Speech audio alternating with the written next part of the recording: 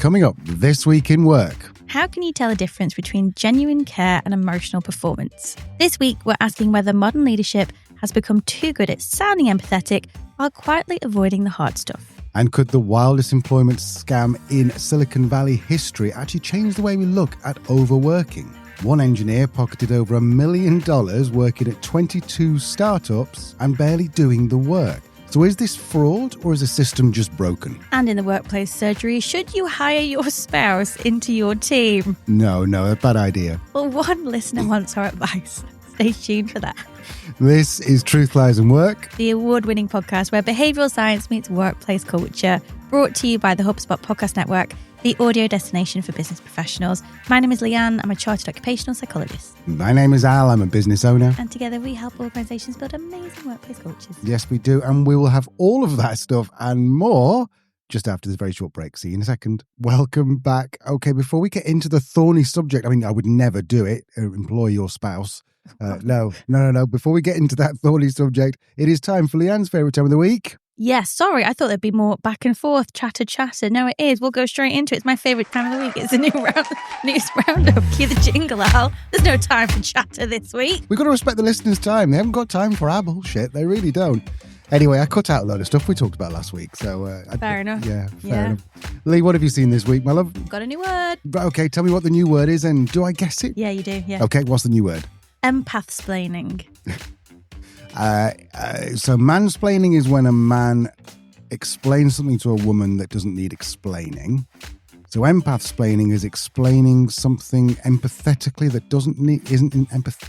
No, I'm in the weeds. No, you were almost there. Finish that thought. So is it trying to be empathetic when you're not empathetic? Yeah. Really? Yeah, performative empathy, basically. Give us an example. So it's when someone looks like they're being empathetic, so they're saying all the right things, like, I hear you, you matter, we care deeply about your experience in this organisation.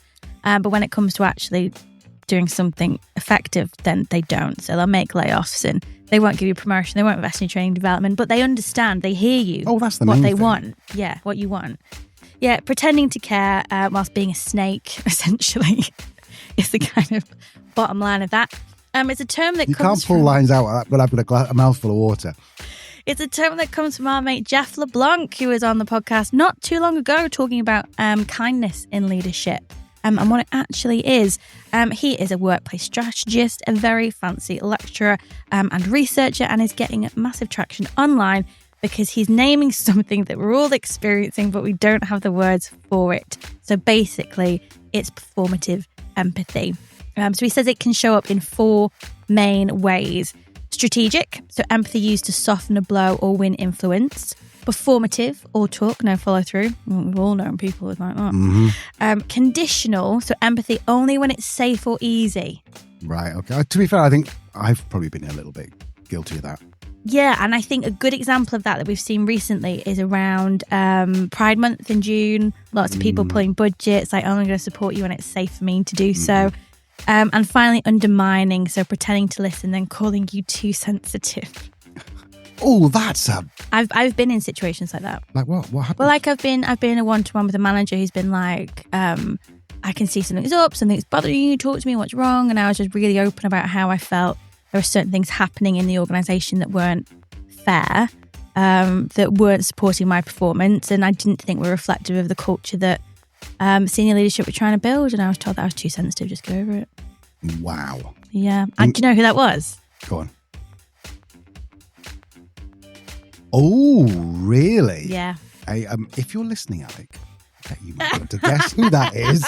I bet you might be able to guess. Brum, brum. Okay.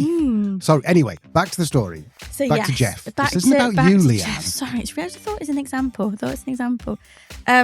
So basically what Jeff went on to say, because he does a lot of work and research around Gen Z, is that they can see straight through it. They ain't buying it. They're not getting on board. That they've been around too many caring cultures where nobody actually does anything that matters. So for business owners and managers, the important bit here is this performative empathy, this empathsplaining is just a trust killer. People see through it. They don't buy into it. It undermines any credibility and authority you have in an organisation. Just don't do it. Of course, it does mean actually having to invest in how to engage in genuine empathy and what that looks like and how to demonstrate that, and go back to Jeff's episode for some tips on that. And actually Thursday's episode is some good tips on that as well in terms of empathic leadership. Oh, with Tim. Yes. Yeah. So come back for that as well. So really the question that Jeff is asking all business owners, leaders out there, are you being empathetic or are you just empathsplaining? Our thoughts. I mean, I don't know. Maybe I'm just thinking too nicely and too optimistically of people. But, we had the thing about psychopaths on a little while ago, didn't we? We had the episode about psychopaths. And there's actually more than you think, but still far fewer than you're actually going to meet. Yeah. And so unless you're a psychopath or a sociopath, I think we've all got the ability to be empathic, have we? Sure. Oh no, have I got that? Am I just being one of those really optimistic, like wishy-washy rainbows and cupcakes kind of person? Maybe slightly, Dilling. But I mean, we've got the people who are like, we talked about dark empaths, didn't we, on the show not so long ago? It's that dark triad of personality traits, which are much more common. I think dark empaths are actually about 25% of the population. So it's a bit just more remind common. us what dark empath was. So dark empath is basically somebody who will have dark triad personality traits, so things like narcissism, Machiavellianism, that type of thing, but will also have high levels of emotional intelligence. So they can be quite manipulative in how they use empathy. So I guess in Jeff's example, that would be the strategic. So empathy often used to soften a blow or win influence. We've had a guest on recently who I think falls into that category. Of course, I'm not going to say. Do what I did. No, well, I'm not going to say, but I'll tell you afterwards. Tell you when we'll stop recording. Yeah. But I think they fitted perfectly into me. Tea. I know. And all the previous guests listening are going, is it me? Is it me? No, it's not you. Don't worry, it's not you. It's definitely not you. Might be you. But yeah, anyway, there you go. I think, yeah, I enjoy your optimism and seeing the best in people. I think we should do that. It should be our default position, whilst being mindful and aware that some people might not always have the best intentions. So yeah, there you go. That's the word of the week. I'll leave a link to Jeff, because why wouldn't you want to know him, in the show notes. If you don't know Jeff, you should. Everyone should know Jeff. He's just the nicest guy in the world. He also knows an awful lot. We cut a little bit of the interview. We talked at length about Ted Lasso and how he was a great leader. He was a kind leader, but not soft. Again, that's a bit of a foreshadowing for this Thursday's episode. Anyway, what have I seen? So this is my favourite story I've seen for a very, very long time. Basically, it's Silicon Valley's great employment heist is what I'm going to say I came up with, but actually Claude came up with that. So a software engineer in India named Soham... Software engineer. Sorry, did I say that too quickly? So this software engineer in India, whose name is Soham Parekh. I hope I'm saying that right. I doubt he's listening. Probably too busy working. He pulled off what might be one of the most audacious employment scams ever in Silicon Valley. He simultaneously worked for multiple AI startups, earning around about $1 million over 3 years. No, annually, sorry. $1 million annually, while barely doing any actual work. Kind of like if you've seen that movie, Catch Me If You Can. I love that movie. Me too. I've seen it twice. Movie. And I would say, I saw it about 6 months ago, and I'd sit and watch it again. Yeah, me too. I absolutely would. But this is basically like Code Me If You Can or something. I don't know. There's probably Claude will come up with a better quip than that. So let me just tell you the scale is actually quite staggering. 22 companies were involved. Me interviewed for some and hired by others. Most of them were Y Combinator AI startups. Just in case you don't know what Y Combinator is, it's like kind of like it's the place to be for a startup in Silicon Valley. We've had Post-Hog. James Hawkins was our previous guest about 10 episodes ago. He's YC alumni. So it's like a good gold standard of startups. Yeah, right, okay. Absolutely. The best of the best. So the likes of Coinbase came out of there. Stripe didn't come out, I don't think, but something else did. There's lots of like major companies you've heard of which are YC. Okay. So you'd think they'd be a bit more vigilant in the hiring process. To be processes. fair, and just in case Gary Tan's listening, because he's a bit annoyed, he's the guy who runs it, he's a bit annoyed on X at the moment. So just in case you are listening, Gary, I'm not saying that you employed these guys, I'm saying that these were all YC Combinator companies, and they were targeted by this guy, Soham. So those companies were paying him $10,000 a month each. It went on for 2 years, between 2022 and 2024. He only got caught because Y Combinator founders started talking about him, going, I've got this great guy, but I haven't seen him for a while. How every cheat gets caught. Cast your net too wide, people start chatting. Absolutely. So just give you a little bit of background on this. He's mid-20s, based in India. Apparently, he's genuinely brilliant. He describes the top 0.1% of software engineers. So it is very much catch me if you can, because he's a genius. He aced every single interview.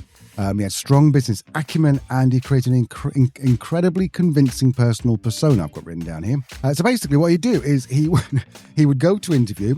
He'd interview really well. They'd be like, oh my God, we've got to have this guy. And he'd go, I'm sorry, well, it's 10 grand a month minimum. That's what I work for. And they went, all right, well, he's such a good guy. Yeah, we'll have him. And then just started making creative excuses for why he wasn't delivering the work over that time. He also said that he got US visa status, and he hadn't. He once said, I didn't do the work because a military drone crashed into my house in India. And then when he was confronted, he denied everything until the evidence was undeniable. This is a movie. This is a catch me if you can movie. This is absolutely brilliant. Now, so why did this happen? Well, engineers are in massive demand, like top 0.1% of engineers. There's very, very few of them out there. AI isn't helping because everyone's now, we talked about vibe coding the other day. Mm-hmm. Everyone thinks they're an engineer because they can write 2 prompts in Claude and create a to-do app. That's not the way. That does not make an engineer. The top ones are 200,000 easy a year.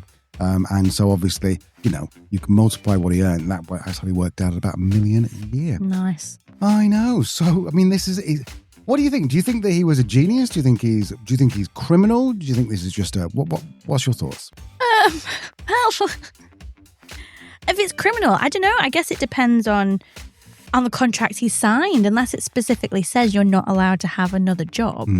It could be, if you've got a good lawyer, and if you've got $1 million, you can probably get a good lawyer. True. Probably get you out of that one. Telling lies, though, to get a job, like you don't have US visa status, that might be a bit more of a pickle. I mean, morally, ethically speaking, it's not super cool, is it? Particularly in an environment where there's lots of people from tech out of work. So I'm not sure that's cool. The fact that he's not doing the work is my beef. Like, if he'd been holding down these 10 jobs and delivering all the outcomes, I'd kind of be like, well, what's the problem? He's hustled. Yeah, hustle. Just because he can deliver that in a fraction of the time that allows him to do it for 10 different companies, then fair dues. So I think it's a fact. I think this is more the fact that he didn't deliver the work. So therefore, yes, I think it's kind of fraud, isn't it? And it won't end well for him. I think it's such a shame because if you're that level of an engineer and there's AI agents, to be fair, there wasn't in 2022, but still, you can probably create systems that are going to be able to do half the work for you. So yeah, I think the not delivering was a bit odd. To be fair, this is actually a trend. There's a subreddit on Reddit called Overemployed, and it's full of people who've got stories of working multiple jobs at the same time. Yeah. Most of them, I think, deliver the work, and therefore everything's okay. Yeah. Obviously, if you want to do that for like 4 or 5 years, trials are $500,000, you'll be burnt out, and it's going to be a tough thing. But you've got $500,000. It might take you 20 years to make that as a junior engineer.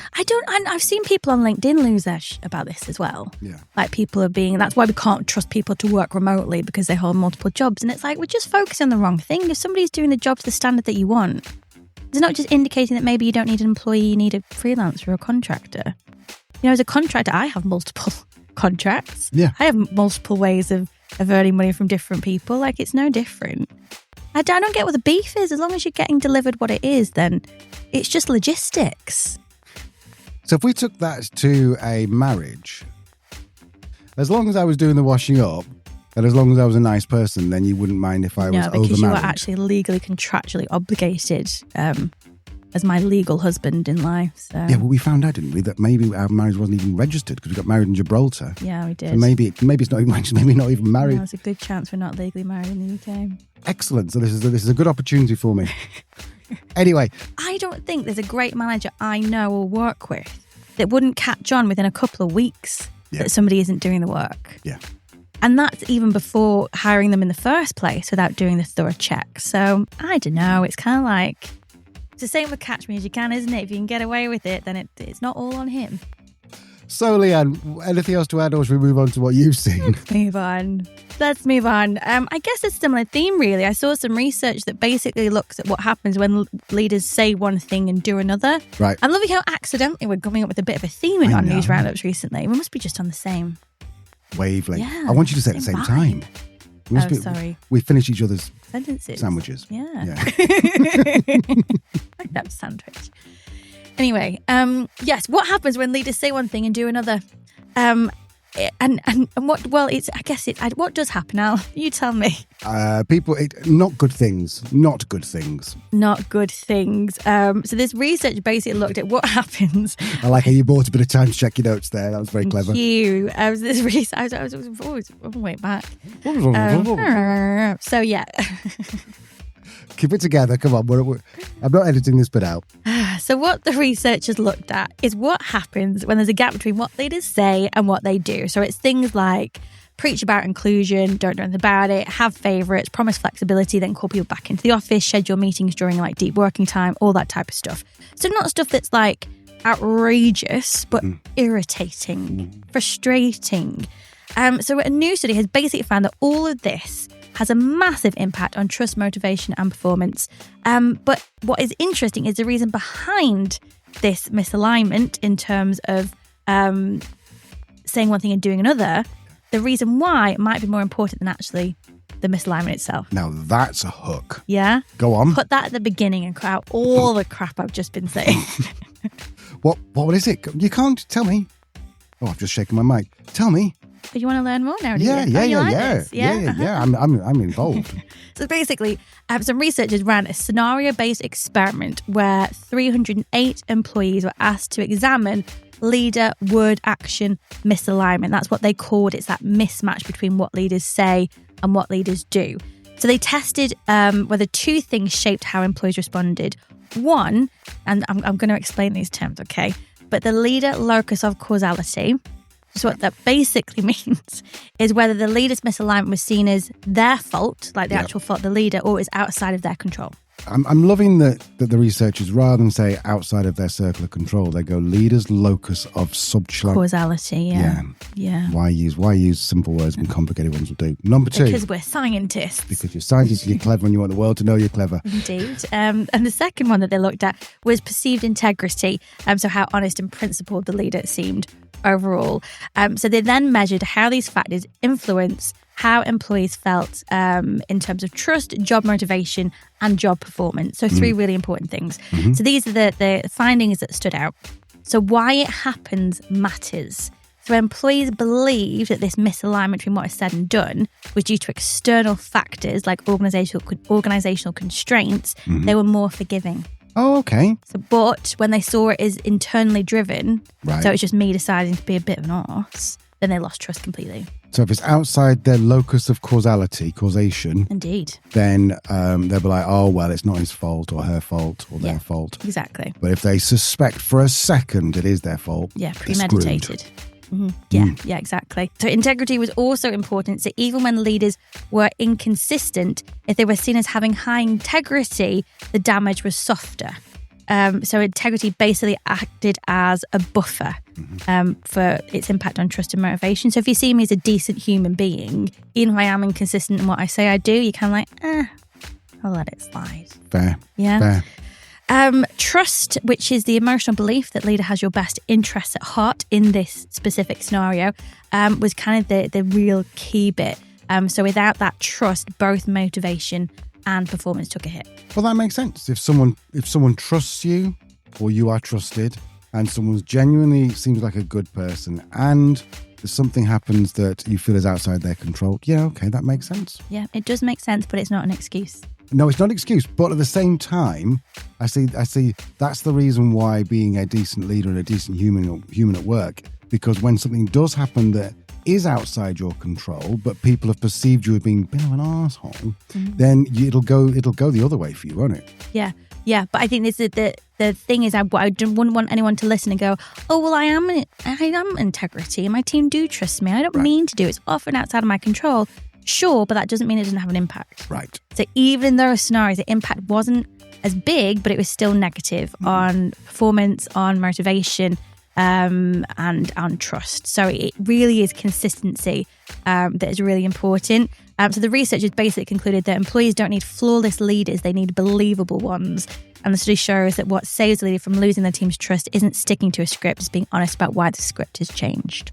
Oh, I love it. Yeah, nice. I have no notes. No notes, nice bit of research there. I will leave the link in the show notes. There are some limitations, of course. It was based on hypothetical scenarios. The sample size was limited in size and scope, and they only focused on short-term outcomes. But that doesn't mean it's not valuable, Al. I love how that was a psychologist or researcher's version of terms and conditions apply. Your house may be at risk if you do not give repayments. Other researchers are available. Okay, right. After this very, very short break, we'll be back with another hot take. We're back with a weekly workplace surgery. And we're back with more rubbish from Leanne and myself. Hey. Don't go anywhere. Welcome back. It is time for our hot take where we ask, what do we do on the hot take, Lee? I've forgotten. We ask our guests to challenge the way we think about work. Yes, we do.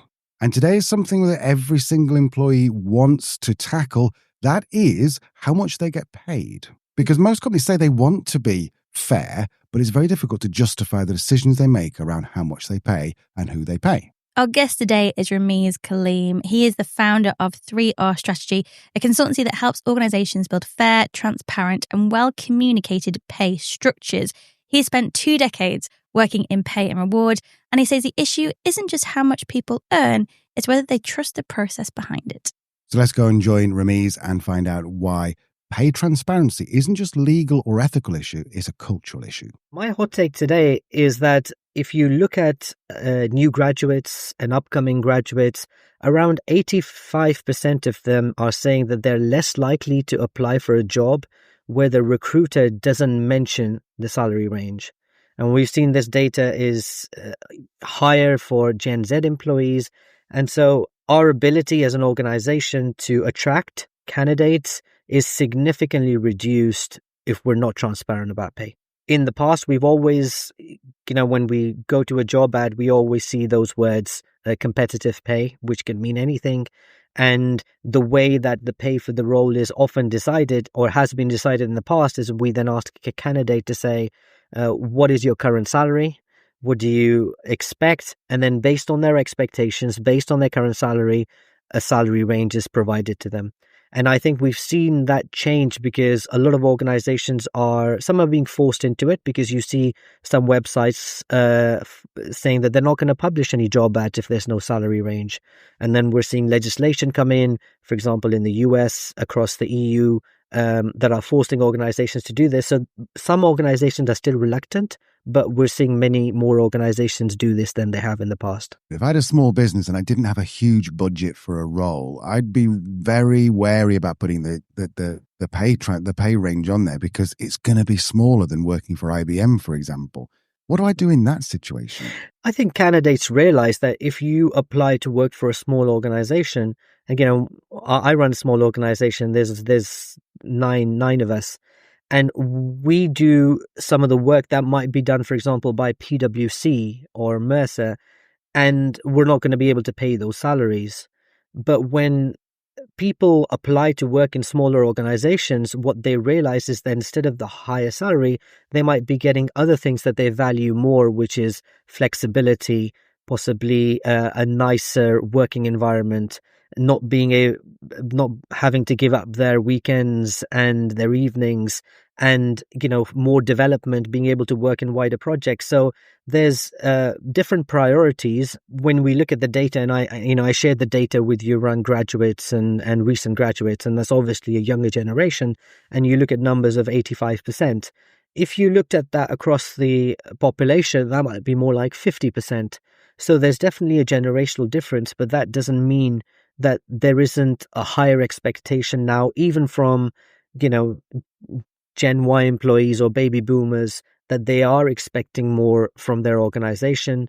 But I think Gen Z in particular, research has shown that they're the first generation that is willing to compromise on pay or to accept a lower salary to work in an organization where they feel a sense of purpose and they see much greater transparency. I've spoken to HR directors where they've said to me, we have people applying for jobs that might have a particular salary and it says, you need to be in the office every day.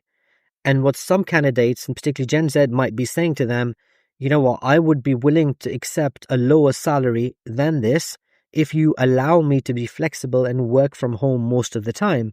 or hybrid working from home 3 days a week. So there definitely is an employee population, particularly the younger generation, that is willing to sacrifice on pay because they see having a sense of purpose, they see transparency, they see a good working environment as a higher priority than getting that much higher salary. So you alluded to before that there's been some legislation around this. California, New York, and in fact, more than 10 other states have started to do this in the US. So many states in the US have started to do this, and it's you have to publish salaries on job ads, and it's about not asking candidates about their current salary or their salary history during the recruitment process.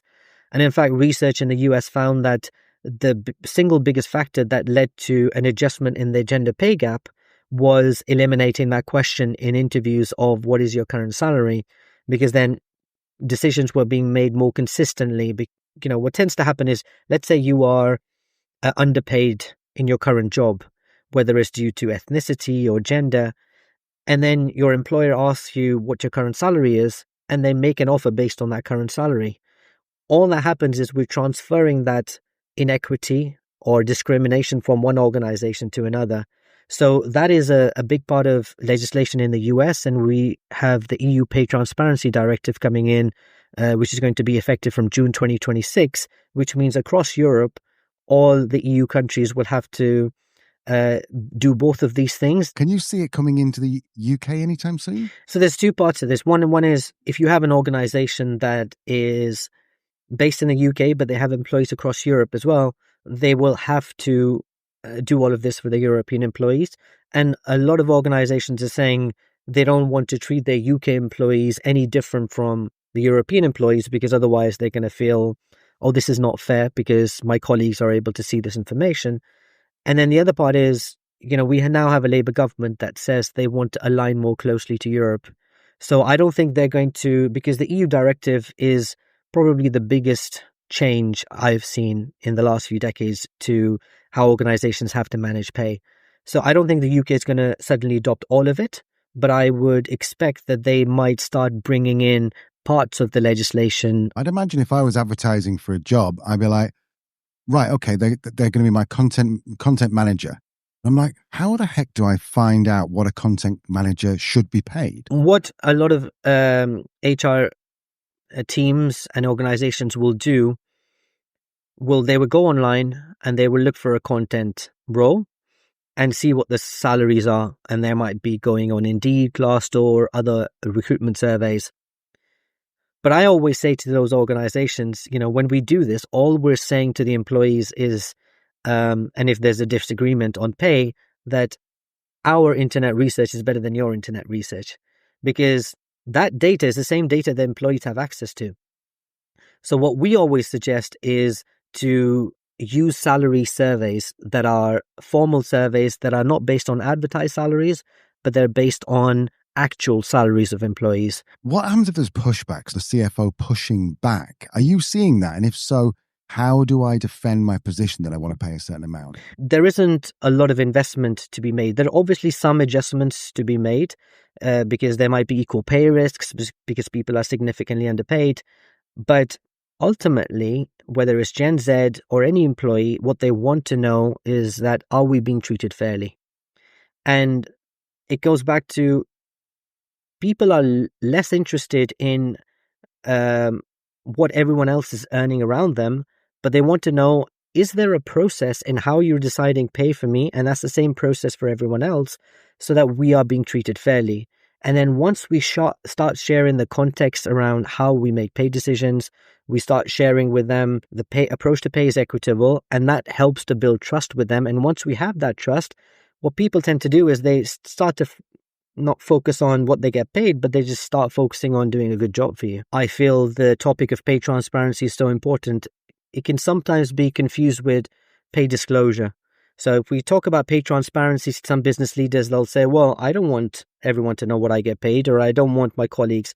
But that's not what pay transparency is about. Pay transparency is about giving people context, treating them like adults, to say, this is how we make decisions, and making sure that they realize that the pay is managed in a fair and equitable way. And it's not a case of, It's not a binary issue of you either have it or you don't. It makes you wonder, doesn't it, Al, like why some employees are still reluctant to list salaries when all the data suggests that it's good for them and all the people want it. It kind of makes you think that it can only be for a shady reason. Well, yeah, for shady reason, but also, like, think about when you're buying cars. Recently, over the last sort of 7-8 years, in the UK certainly, but I think in the US, there've been lots of companies that come up who are saying, we are very transparent about our car prices. The olden days when you got some dodgy guy with a fag hanging out of his mouth. Sorry, that's a cigarette, for just in case you don't know what I'm talking about in the US. A cigarette hanging out of the mouth going, how much you want to pay? We'll do you a good deal. Those have gone. So I feel like that has been revolutionized, but we've not yet tackled the sort of pay transparency side of it. Yeah, and I think that's kind of the crux of it, isn't it, really? That, as Ramiz was saying about Gen Z and their need for transparency, and I think this has also kind of been bubbling with millennials and probably younger Gen X as well, because there's been so much disruption and so much ambiguity and so much turbulence in our working lives that we just crave some kind of transparency, some kind of control or clarity wherever we can get it. And I think it's absolutely true as well with what he was saying around the world of work has fundamentally changed.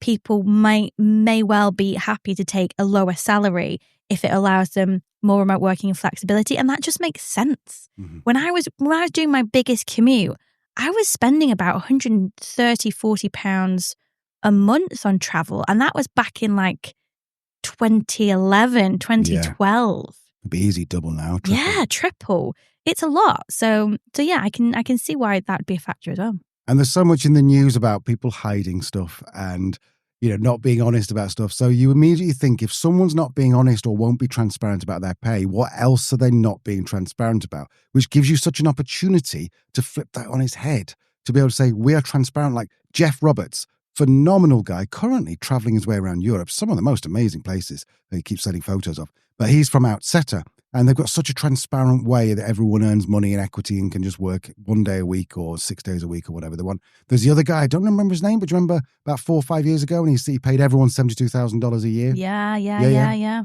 And so you kind of feel, oh, well, I trust them. So even if it's going to cost you a few thousand more to make sure everyone's on equal footing, the transparency means that people are going to naturally trust you more. And as we learned before the break in Leanne's segment, when people trust you, then they're much willing to forgive you if something doesn't quite go awry. Yeah, absolutely. And I think in terms of this is all very much steeped in research as well. This is what psychology will call organizational justice. And it's as much about understanding the reasons why a decision was made. So it's not necessarily a case of having transparency to the level that Al just mentioned, that everyone is paid the same amount. It's transparency around how salaries are calculated, how they're decided, how bonus structures work, how promotion or salary bands and how you move up in them, how that works. All of that feeds into organizational justice. And without organizational justice, we can very quickly feel very detached from an organization, not want to put in extra role, effort. And really, it's usually it's the start of disengagement. If we don't trust our organization, then that relationship isn't going to go very far, is it? Oh. Absolutely not. I know you did a bit of work with the NHS about 15 years ago, and that was making sure that everyone was getting paid the same. But that was just too much, wasn't it? They went too much the other way, so that it was more of a fight to get what you're worth rather than letting everyone know. There was the odd person knew how to rig the system as well, which I respect. But was it the equivalent of Soham? Yeah, pretty much. But yeah. Very nice. Okay, so all the links to Ramiz are in the show notes. I suggest you go and check out his website. And also, he's got so much experience in this field. He's such a measured, calm guy. He's got a book out, which I thought was about to come out, but it actually came out a year or so ago. So you can go and buy it right now. Check the show notes. The links will be in there. And now, Al, I believe it is your favourite time of the week. It is. It's time for the world famous weekly workplace surgery, where I put your questions to Leanne.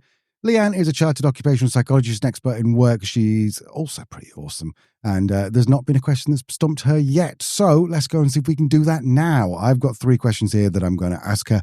If you've got your own question, you know what to do. Go to the show notes. Send us an email.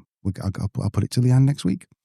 Okay, so question number 1. Should I hire my spouse into my small team, or is that asking for trouble?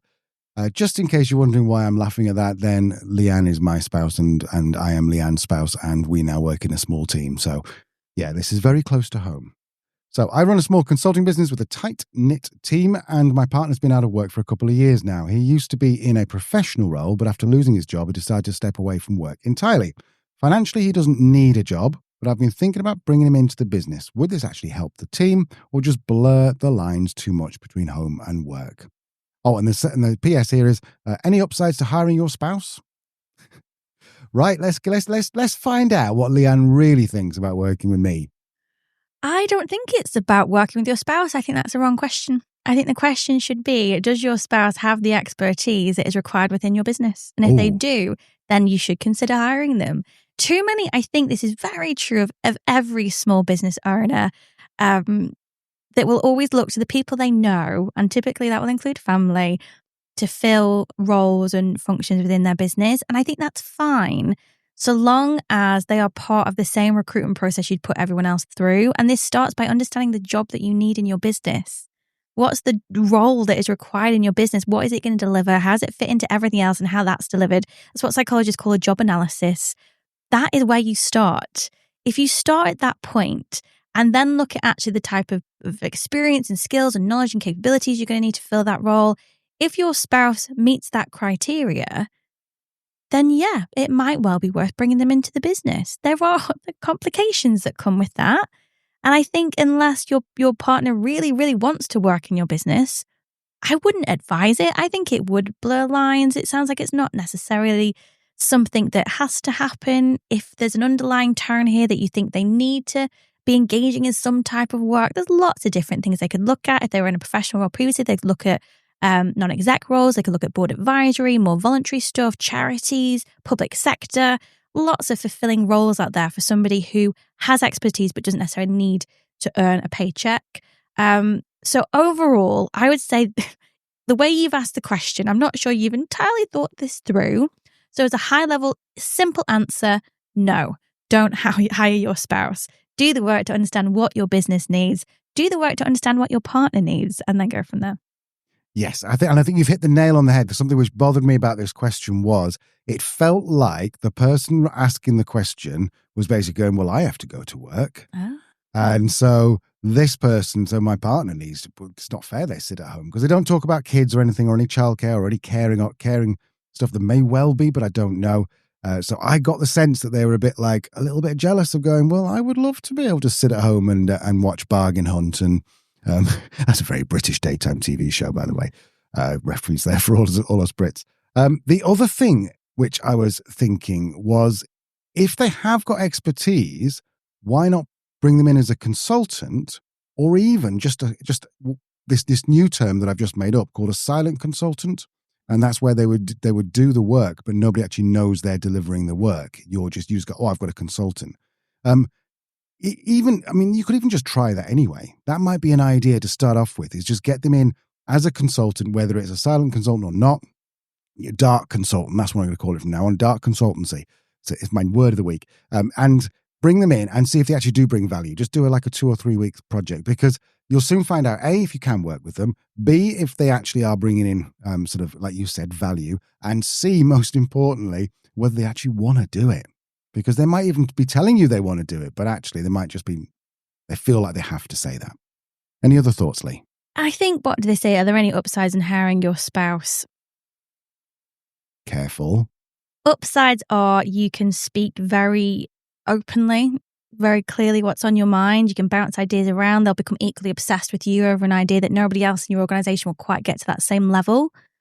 I think ultimately it gives you quite a lot of flexibility if you're working in the same organization, because you're working to the same schedules, the same hours, the same kind of, peaks and troughs of what's happening. The thing is, I think you suddenly become everything to each other when you work with your spouse. You become colleagues, you become friends, you become frenemies from time to time. It's a lot. So I think you have to be really confident in your relationship to really get the benefits from it. Lots of people say to us, oh, I don't know how you do it. And that to me is a sign, well, then you shouldn't do it, because if it's not even couldn't even imagine it, then Probably not. What do you think, though? Are there any upsides? There aren't many upsides, being truthful. There's look, I think some of the upsides are that that you're sitting down at night and you can, and I'll say to Leanne, you okay to talk about work? She'll go, yeah, fine, and we'll chat. That's cool. Some of the other upsides are they know you so well that if you say you're going to do something, they'll call you out and go, but you're not going to, are you? Or if you say, I will do this, they'll be like, cool, I know you've got this. Downsides are you just can't really turn off. Because if you sit there on a Saturday and you want to chat about something, you go, what have you done this week? Well, I've done the same thing as you. You've sat opposite me for most of the day. So there's that. And the other downside, which is also potentially an upside, is that you tend to be able to take the same time off, shall I say. So currently in Bulgaria, it is 36 degrees today, beautifully sunny, a lovely time to go and sit in the pool. And I think if Leanne had half said to me, Al, should we just sack off this recording and go and sit in the pool? Part of me were like, maybe. Yeah, it's easy to Skype your spouse, that's for sure. Anyway, so I hope it works out for you. And if any of those things start to ring true a little bit, just ask yourself that question: what's my motivation for bringing my person into work? So, question number 2: to what degree is an employer responsible for the well-being of their employees? As this person says, I run a small business, and this question's been on my mind more and more lately. In a perfect world, I'd want to support my team as much as I can. But in the real world, things aren't always that simple, especially when you're trying to keep a business afloat. What are your thoughts, Leanne? Excellent question. Very simple answer. If you are a UK business that employs 2 or more people, you have a legal obligation to order the stress risk factors within your business every 12 months. And if you have more than 5 people on your team, you have to share the feedback with them too. Interesting, but most people don't know that. No, most people don't. It's not very much enforced. This is under the health and safety executive and all the health and safety laws that go with it. So yeah, you have a legal obligation to not to invest necessarily in employee well-being, but to measure the aspects of your work environment that may be causing stress. You then have a moral obligation. If not, it's a grey area whether it's a legal obligation to actually do something with that. So I think this is where often business owners will get a bit confused around well-being. They'll see well-being as like, oh, well, do I need to have an EAP program? Do I need to have mindfulness at lunch? And do I need to, offer free counselling or sessions around financial well-being? And that's nice to have. You don't have a legal obligation to do any of that. They're what we call as psychologists individual level interventions. So things that help an individual manage stress, build their resilience, which is half the story. The other half of the story, which is why it's in HSE law, is that health and safety law, is that you have a responsibility as a business owner to create an environment that is psychologically safe for your workforce, much as you have to make it physically safe. So you can't have broken steps and just holes in the middle of the office. It's really easy to get compliant with this. There's the HSE themselves have a management standards survey that looks at kind of the 5 main aspects that can cause stress in the workplace. That's things like relationships, level of control somebody has over their role, the amount of change that happens in an organization. And you can just send that survey out to your people. They also have a score sheet that comes with that, and it'll give you an idea of kind of how people are thinking and feeling in your business and where your stress hotspots potentially are. It's not always very transparent at giving you an exact reason why. So it might tell you that relationships in your business are a bit strained and are a source of stress, but won't necessarily go into the detail of why that is and the impact it's having on your business. If you want to do that, you need a more detailed employee engagement survey. But it's a really good starting point, and of course, it's a legal obligation. So I'd start with that because, the other stuff is nice to have. The other stuff is important, but it's half the story. And I think for most individuals, they will rarely cite individual level interventions that aren't working for them. Like, you're not going to hear people go, oh, do you know what? I went to meditation at lunch today and the instructor was really bad. Like, they tend to say, my manager is awful and is ruining my life. Or I have such a high workload right now.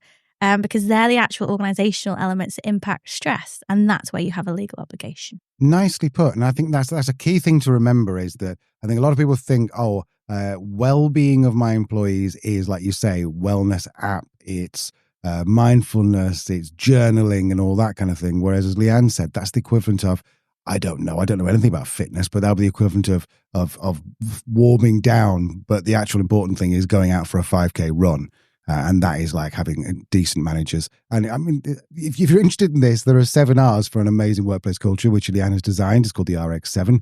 7 times R, get it?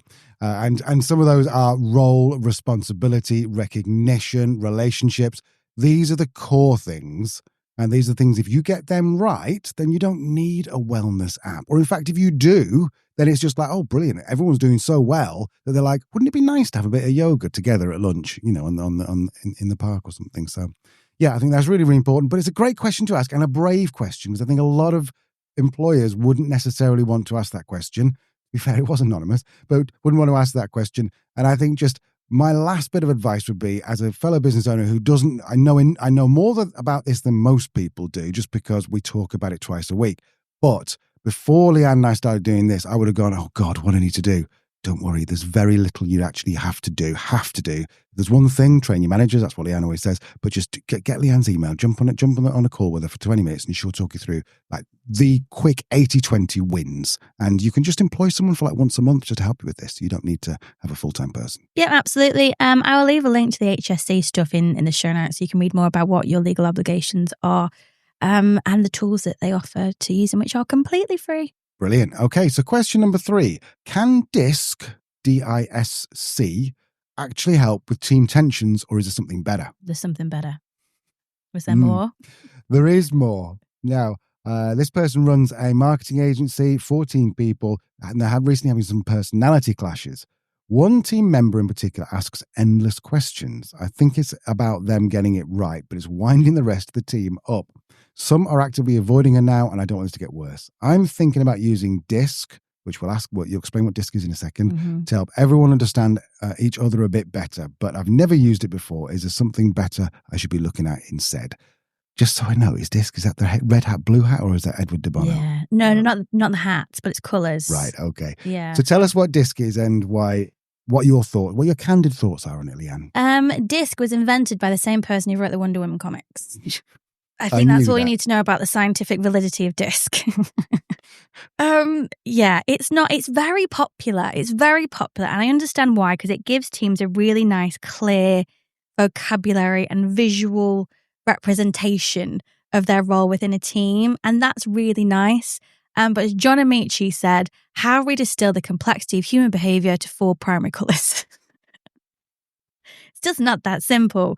And I think that's the same with any kind of type-based personality assessment. By type-based, I mean it puts you into a box or it puts you into colour. So DISC puts you into red, blue, yellow, green. Myers-Briggs will put you into INTP, F, and J and all that nonsense. So tempted to give you another one. One? No, I can't. I know which one you. Yeah. Yeah, you're as well from a scientific perspective having a team building afternoon with your staff and talking about everyone's different horoscope. It's as useful as that in terms of a valid way of building relationships and self-awareness and understanding, between your team. There are some psychologists who've been on this show that will say, I don't see the harm if it's for team building, if it's a caveat, it's not being used as anything towards recruitment or formal development, it's just a team building exercise. I don't see the harm. I kind of see the harm just because business owners like this stuff because it's just so easy to understand.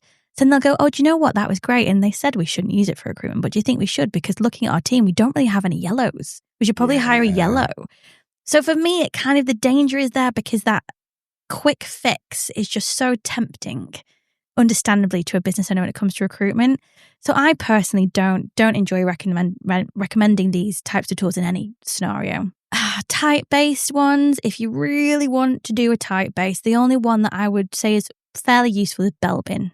Right. The team models, that's like the old school one, but I think it still stands in terms of a useful type-based assessment that helps you understand roles within a team. So that's things like, are you a plant? Do you have the ideas and the creative? Are you a completer finisher? Right. And I think there's eight or 9 roles. So it's a bit more extended than just 4. Are they the ones where it usually has 2 words? You're a completer finisher, you're a starter. And monitor evaluator or something. Yeah.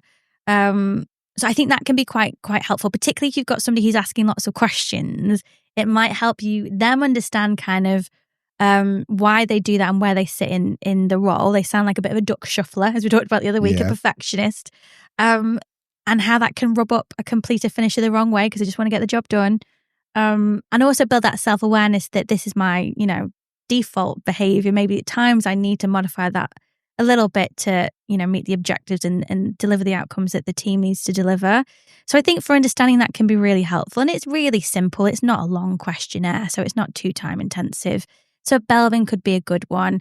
I prefer behavior-based tools because I think they're just a bit more useful in a team dynamic when we're talking about behaviors underpinning culture. I also think from a scientific perspective, there's a bit more validity to them. Even the very best personality inventories are only, so much effective in terms of predicting job performance.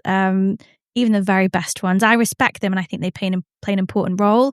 But I think for these type of things, I prefer behavior-based interventions. So I'd be thinking things like tools from the Real World Leader Group are really great. They do a 360. They do an individual one as well. Things like the Hogan Personality Inventory could be quite good. That's based on the Big Five model of personality, which is probably one of the most researched and validated in the field, but again links it to behaviors. So they would be my go-to in terms of doing this. But there are also other things you can do within a team building exercise to build that understanding and awareness. I think it was Sophie Wood that gave us a really great one on her episode a few weeks ago about trans inclusion. Yeah. And that's about how you write down circles of like what's made me up to this point and the individual experience I've had. And it's those types of conversations that are gonna build openness and honesty and understanding. So I think that's the objective, isn't it? Is how do you build self-awareness and mutual understanding? And for me, I'm not sure that DISC is going to be a very effective way of doing that. The other problem with something like DISC in any type-based psychometric to be mindful of and be careful of is that once people know that they're a red or a green or an INTP, they cling on to that identity with everything they have. And some people will do it in a way that's like, well, that means that these areas I need to work on and develop myself as a professional. There are others that will use it as an excuse. Yeah. I can't do that. I'm a completer finisher. I'm not a plant. I can't do that. I'm a blue. I'm not a red. And you really want to avoid that use of that shared vocabulary. So you kind of want somebody to deliver this in a way as well that helps explain that these things are indicative of what our preferences are. They're not written in stone. Because we've all known those important, the annoying people that are kind of like, well, I'm an arsehole because I'm a Scorpio. What can I say? Yeah. And that's not cool. So I'll leave links to Belbin and the HPI in the show notes. But in terms of DISC, nah. Leanne did her dissertation on Hogan, and we had the chief scientific officer from Hogan on, Ryan, maybe back in the early days. So if you are on a couple of times, he has actually, yeah. So if you're interested, just search Truth, Lies and Work Hogan, and you'll find the episodes. We'll try and put them in the show notes if you remember. But yeah, I've got nothing else to add to that. Leanne's the expert in that, and I think the main thing is, like, I wanted to make the point, and you made at the end, that as soon as you decide someone is a red, then you've made up your mind about them. And as soon as you decide you're a blue, you've made up your mind about yourself. And if you're not careful, then you get, well, like, that's the reason why I don't get on with them, because they're a red. And it's like, well, hang on, and maybe it's because you're just a bit of an arse. I don't know.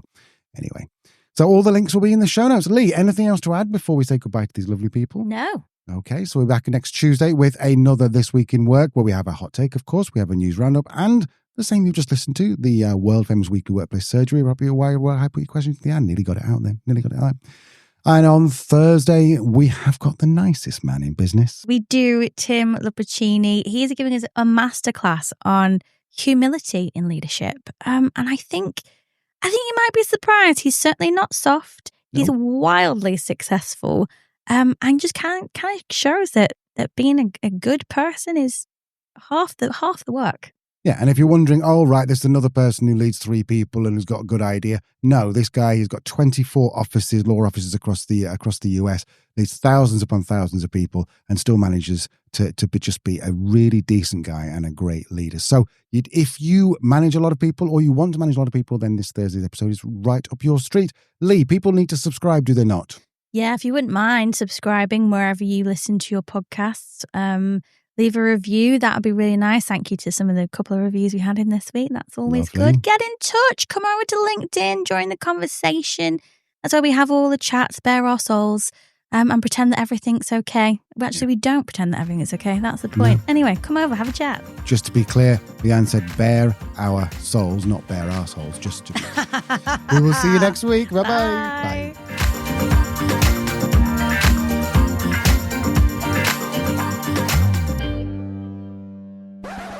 And could the wildest employment scam in Silicon History Valley? Let's go and join Ramiz and we'll learn why this is not necessarily a legal or an ethical issue, but a cultural one. You might want to say pay transparency just to... So let's go and join Ramiz and find out if pay transparency is illegal, unethical, or a cult. That's not right. They suddenly come out and go, oh, well, look at this. Do that again. I think I was on to a good point. Oh, this is a really short one. I'm sorry. I should have read this properly. Do that again.